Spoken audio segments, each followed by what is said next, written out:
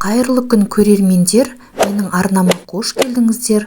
Бүгін сіздермен мерекелік дастарханға арналған кереметтей салат түрін бірге жасайтын боламыз.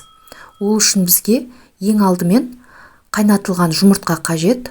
Жұмыртқамызды осылай дәл видеода көріп отырғандарыңыздай бір келкі етіп ұзынша көлемде турап аламыз. Және де қайнатылған қызылшамызды да осылай ұзынша көлемде оны да турап аламыз. Бұл салаттың құрамы өте қарапайым, үйдегі бар заттардан тұрады.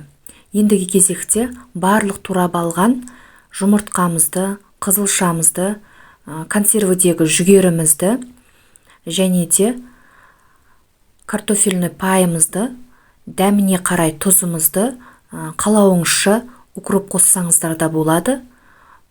Осылай барлығын салып алғаннан кейін үстіне 2 ас қасық майонезімізді салып, жақсылап араластырып аламыз. Картофельді пайдың толық видеосын менің арнамнан таба аласыздар. Ол үшін іздеу батырмасын басып, Гүлнұр Шагалиева деп жазсаңыздар, бірден менің көптеген видеоларым шығады.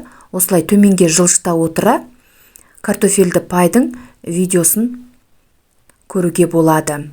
Егер арнама тіркелмеген болсаңыз, міндетті түрде тіркеліп қоюды да ұмытпаңыз. Міне, дайын болған салатымызды ыдысымызға салып, оның үстінен картофельді пайымызды да салып, әсемдік үшін шамалы жүгері де қойсаңыздар болады. Рецептің толық нұсқасын арнамнан таба аласыздар. Дәл осы рецепт ұнап жатса, поделиться батырмасын басып, жақындарыңызбен де бөлісіп қоюды ұмытпаңыздар. Салаттың дәмі өте керемет болып шығады. Сіздерге де жасап көруге кеңес беремін. Назарларыңызға үлкен рахмет. Сіздермен болған Гүлнұр. Аман, сау болыңыздар.